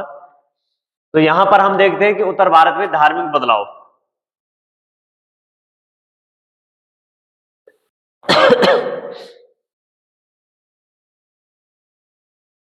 उत्तर भारत में धार्मिक बदलाव। अब दक्षिण भारत में हम जो है धार्मिक आंदोलन हम देखे। अब हम यहाँ पे देखते हैं उत्तर भारत में धार्मिक आंदोलन। तो उत्तर भारत में धार्मिक आंदोलन जो शुरू करने वाले थे वो रामानंद ने उत्तर भारत में धार्मिक आंदोलन शुरू किया था। तो 13वीं सदी के बाद उत्तरी भारत में भक्ति आंदोलन, ये जो भक्ति आंदोलन, तो भक्ति आंदोलन जो शुरू किया था वो रामानंद। तो भक्ति आंदोलन की शुरुआत यहाँ पे 13वीं सदी में एक नई लहर आई, तुलसीदास की रचना रामचरितमानस। और रामचरितमानस आप लोगों को पता होगा कि तुलसीदास ने वो लिखी है, लेकिन ये जो है अवधी में लिखी हुई है, यानी पूर्वी उत्तर प्रदेश की बोली है ये अवधी, इसमें लिखी हुई है। तो ध्यान रखना है कि तुलसीदास जो रामचरितमानस किस में लिखी है, अवधी में लिखी गई है। अनेक भक्ति भाव की अभिव्यक्ति इसमें है, साहित्यिक एक कीर्ति है। दोनों दृष्टि से क्या है महत्वपूर्ण है, साहित्यिक दृष्टि से भी और भक्ति भाव दृष्टि से भी महत्वपूर्ण है। सूरदास जो है कृष्ण, अब तुलसीदास ये राम भक्ति पे वो बल दे रहे हैं, राम भक्त है। इधर जो है सूरदास एक कृष्ण भक्त है। और ये कृष्ण अन्य भक्त थे, उनकी रचनाएं सूरदास के सूर सागर है, सूर सरावली है, साहित्य लहरी है, इनमें इनकी जो है रचनाएं वो संग्रहित है। उनके भक्ति भाव की अभिव्यक्ति इनमें जो है होती है। यहां पर हम देख रहे हैं शंकरदेव की भक्ति का सार, एक शरण नाम धर्म, एक शरण नाम धर्म जो है ये शंकरदेव ने चलाए है। ये इसका सार है, एक शरण नाम धर्म, यानी एक सर्वोच्च सत्ता के प्रति समर्पण का जो सिद्धांत दिया है ये शंकरदेव ने दिया है। ये असम के हैं, के नाम से जाना गया है। शंकरदेव की शिक्षाएं भागवत गीता तथा भगवान भागवत पुराण पर आधारित है। उन्होंने ज्ञान के प्रसार के लिए सत्र या मठों की स्थापना को प्रोत्साहित किया। तो इन्होंने जो ज्ञान के प्रसार के लिए सत्र या मठों की स्थापना को प्रोत्साहित किया, तो ज्ञान के विकास के लिए सत्र और मठों की जो है स्थापना को जो प्रोत्साहित कर रहे हैं वो जो है शंकर देव कर रहे हैं। उनकी प्रमुख रचना में कीर्तन घोष शामिल है। तो इनकी प्रमुख रचना है, कीर्तन घोष किसकी रचना है, तो शंकर देव की रचना है।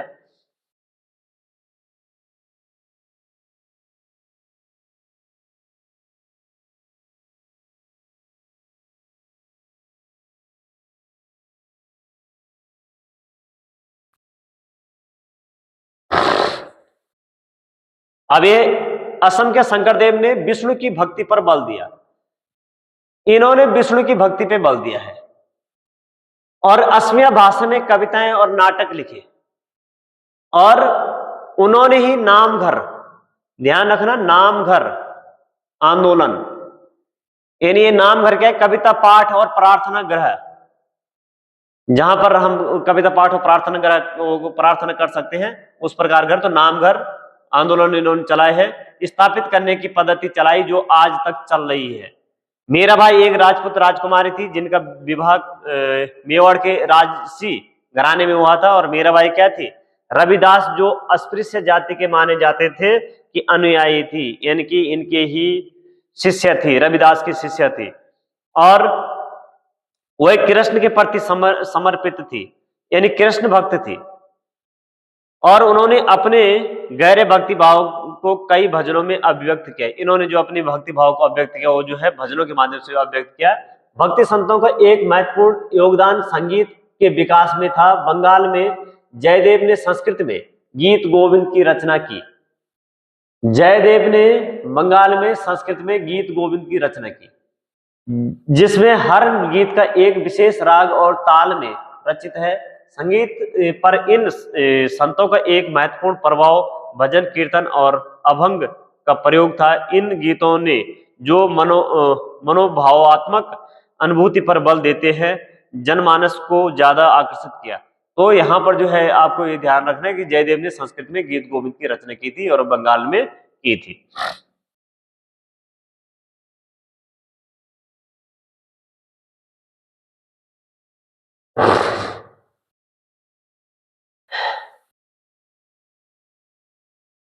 कबीर की काव्य भाषा बोलचाल की हिंदी थी, जो आम आदमियों द्वारा आसानी से समझी जा सकती थी। तो जो कबीर की बोलचाल की भाषा थी जो है कैसे थी, हिंदी थी, जो आम आदमी जिसको समझ सकते थे। उन्होंने कभी कभी रहस्यमय भाषा का भी प्रयोग किया। ध्यान रखना, कबीर ने रहस्यमय भाषा का प्रयोग किया जिससे समझने क्या है कठिन भी है होता है। कबीर निराकार परमेश्वर में विश्वास रखते थे। तो ध्यान रखना, कबीर किस परमेश्वर में, निराकार परमेश्वर में विश्वास रखते थे।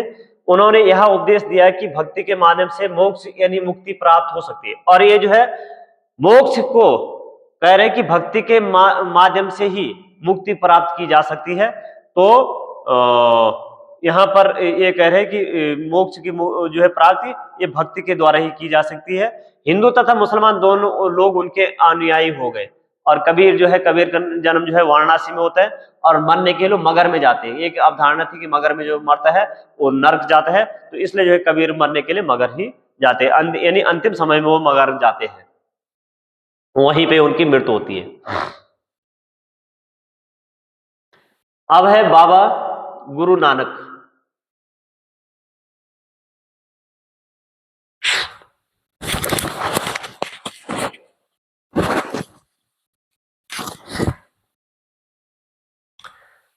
(1869 से 1539) तलवंडी पाकिस्तान में नानकाना साहब में, यानी इनका जन्म कहां हो रहा है, तलवंडी पाकिस्तान में ननकाना साहब में हो रहा है।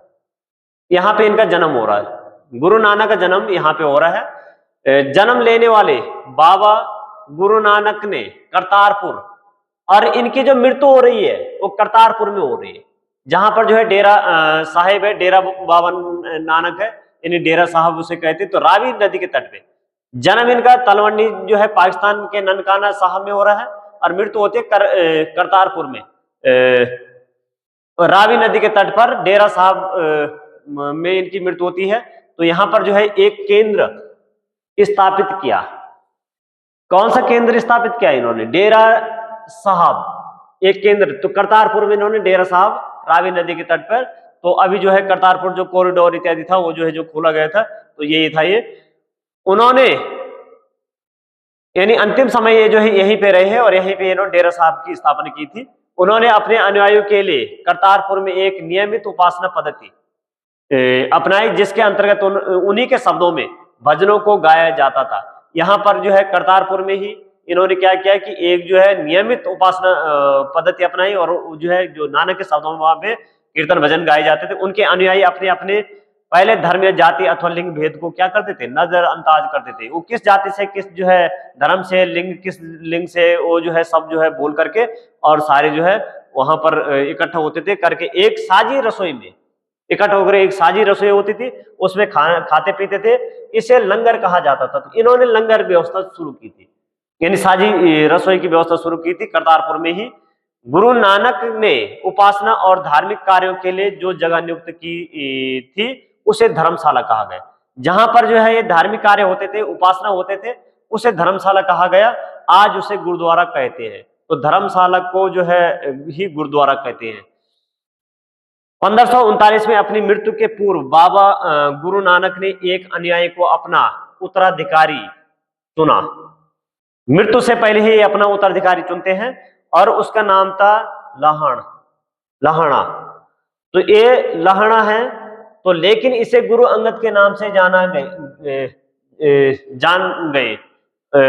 लेकिन ये गुरु अंगद के नाम से जान गए। तो इनको जो है बाद में इनको गुरु अंगद के नाम से जाना गया, इनको लाहणा को। तो जो इन्होंने उत्तराधिकारी चुना उसका नाम क्या था, या गुरु अंगद का नाम क्या और क्या है, या किस नाम से जाना जाता है, तो लाहणा के नाम से जाना जाता है। तो ये इन्होंने जो है मृत्यु से पहले ही इन्होंने वो चुन लिया था। तो गुरु अंगद यानी अंगद को जो है गुरु नानक का अंग ही माना जाता है। तो गुरु अंगद का तात्पर्य है कि गुरु नानक का अंग ही है।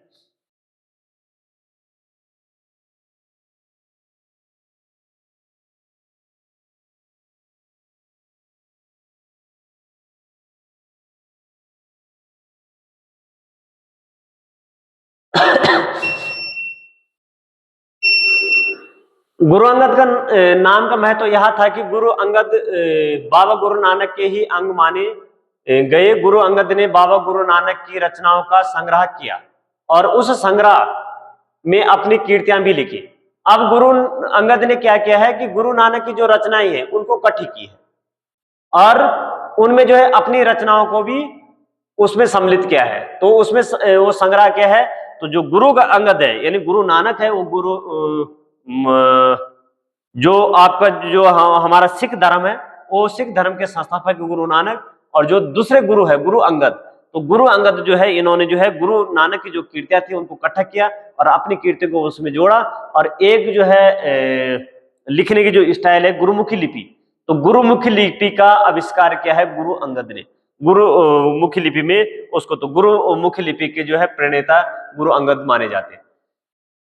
संग्रह एक नई लिपि गुरुमुखी में लिखा गया था। गुरु अंगद के 3 उत्तराधिकारी।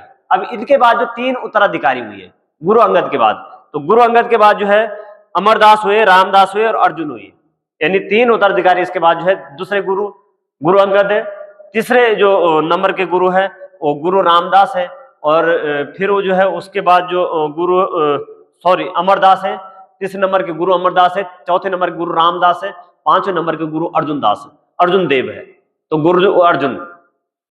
और तो इनके बाद जो 3 गुरु हुए, 3 उत्तराधिकारी हुए, तो उत्तराधिकारियों ने भी अपनी रचनाएं नानक के नाम से ही लिखी। यानी इसके बाद भी जो 3 उत्तराधिकारी हुए उन्होंने भी अपनी जो है रचनाएं गुरु नानक के नाम से लिखी।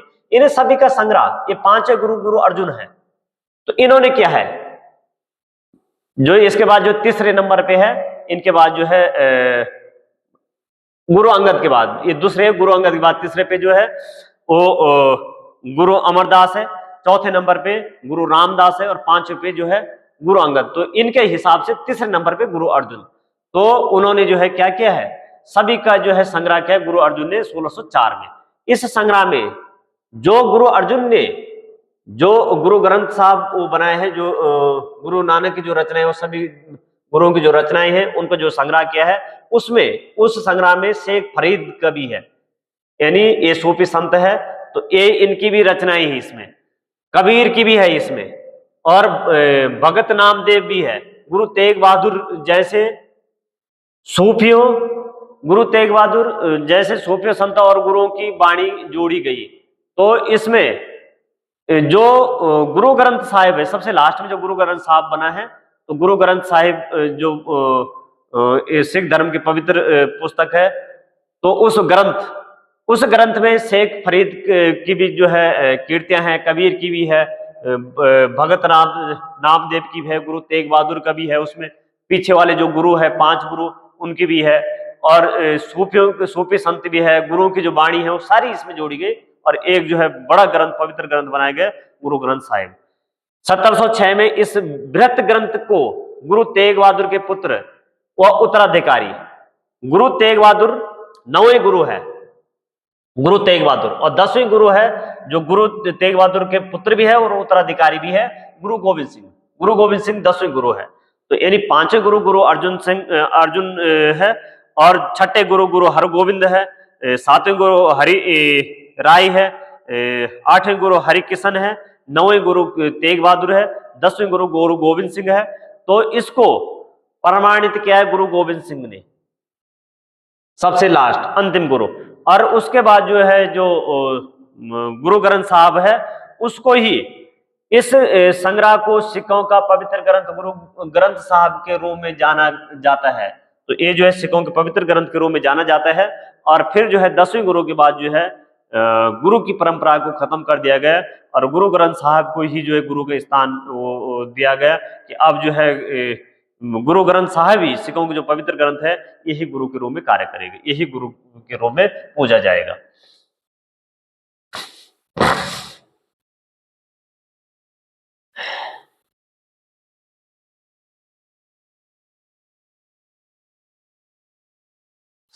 सत्रहवीं शताब्दी के प्रारंभ में केंद्रीय गुरुद्वारा हरमंदिर साहब स्वर्ण मंदिर के आसपास रामदासपुर शहर अमृतसर विकसित होने लगा।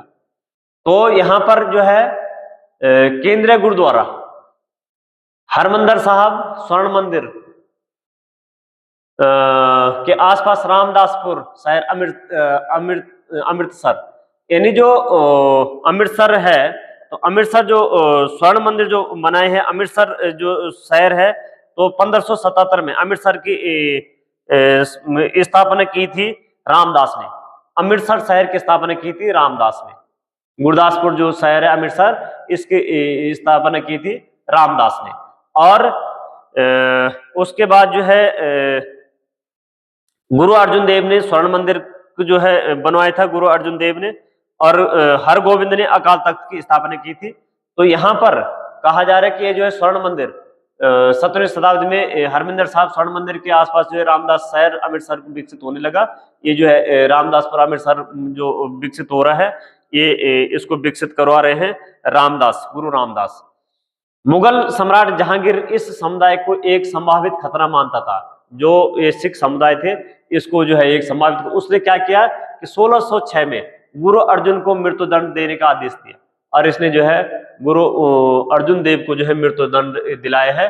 तो जहांगीर ने गुरु अर्जुन देव को, जो 5वें गुरु है सिख धर्म के, इनको जो है गुरु अर्जुन जहांगीर ने मृत्युदंड दिया है। 17वीं शताब्दी में सिख आंदोलन का राजनीतिकरण शुरू हो गया। 17वीं शताब्दी में जो है इसका राजनीतिकरण शुरू हो गया, जिसका दूरगामी परिणाम यह हुआ कि 1699 में गुरु गोविंद सिंह ने खालसा संस्था की स्थापना का निर्माण किया। तो खालसा संस्था का निर्माण जो किया है ये गुरु गोविंद सिंह ने किया है। खालसा संस्था का 1699 में खालसा संस्था की स्थापना हुआ है और गुरु गोविंद सिंह ने किया है। और इसका जो राजनीतिकरण हुआ है वो हो गया था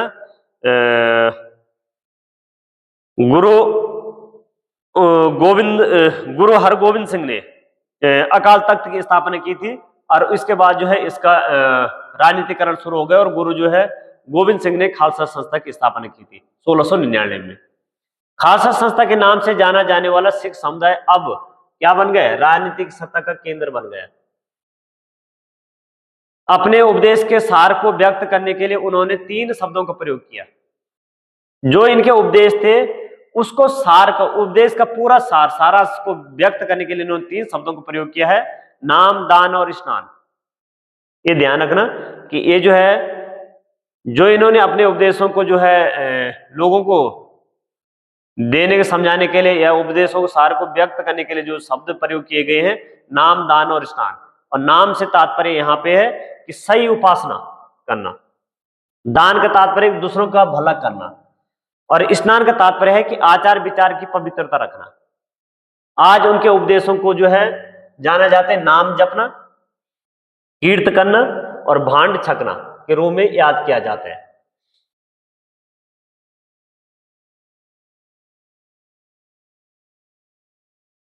अब ये आप लोगों के लिए अंतिम प्रश्न है। नामघर यानी कविता पाठ और प्रार्थना गृह स्थापित करने की पद्धति किसने चलाई? तो इस प्रश्न का आप जो है उत्तर देने की कोशिश करें, आप जो है इसका उत्तर दें। और यदि आप कमेंट बॉक्स में अधिक से अधिक कमेंट करते हैं और इसको जो है आप जो है अधिक से अधिक लोगों को शेयर करेंगे तो ये जो है चैनल उतने आगे बढ़ेगा। और ये जो है कमेंट करेंगे तो मुझे भी अच्छा लगेगा और मैं आप लोगों का कमेंट वो पढ़ूंगा। यदि आप लोग किसी के उत्तर यदि गलत होता है संयोग से तो उसको हम जो है अगले लेक्चर में उसको सही करेंगे। और आप लोगों का जो है आप लोगों की परीक्षा नज़दीक है, आप लोग जो है अपनी तैयारी को जहां पर भी जिस प्लेटफॉर्म में आप लोग अपनी तैयारी करें उस पे आप जो है अपनी तैयारी को बरकरार रखें, उसको आप अपनी तैयारी को अच्छे से अच्छे वो करते रहें। और यहाँ पर जो भी जो है लेक्चर मेरे द्वारा आते हैं तो कोशिश से वो होगी कि प्रत्येक दूसरे दिन में एक लेक्चर आ जाए और जो भी टॉपिक आपसे एग्जाम संबंधित होंगे उन पे जो है लेक्चर बनेंगे। तो अभी जो है हमारी एक सीरीज, जैसे सीरीज खत्म हो दूसरी सीरीज शुरू हो जाएगी, तो आप इसको जो है अधिक से अधिक लोगों को और जो भी आपके जानने में है, जो भी आपके जानने में तैयारी वाले जिनकी भी जरूरत है, तो ये एनसीईआरटी की सीरीज है क्योंकि एनसीईआरटी एक बेस वो तैयार करती है, तो आप इसको जो है अधिक से अधिक लोगों को पहुंचाइए। Thank you.